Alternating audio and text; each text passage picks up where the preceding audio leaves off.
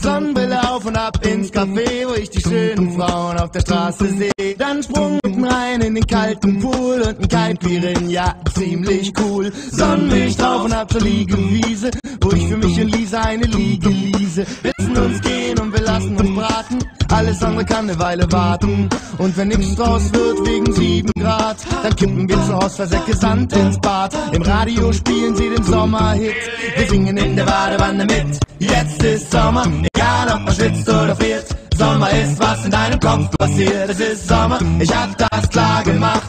Sommer ist, wenn man trotzdem lacht. Es ist Sommer, egal ob man schwitzt oder friert. Sommer ist, was in deinem Kopf passiert. Es ist Sommer, ich hab das klar gemacht. Sommer ist, wenn man trotzdem lacht.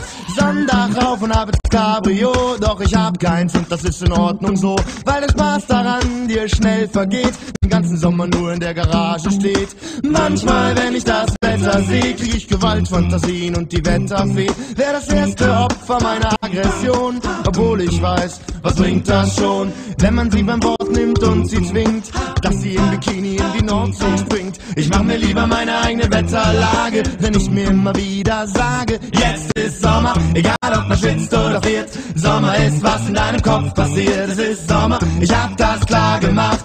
Sommer ist, wenn man trotzdem lacht. Es ist Sommer, egal ob man schwitzt oder friert. Sommer ist, was in deinem Kopf passiert. Es ist Sommer, ich hab das klar gemacht. Sommer ist, wenn man trotzdem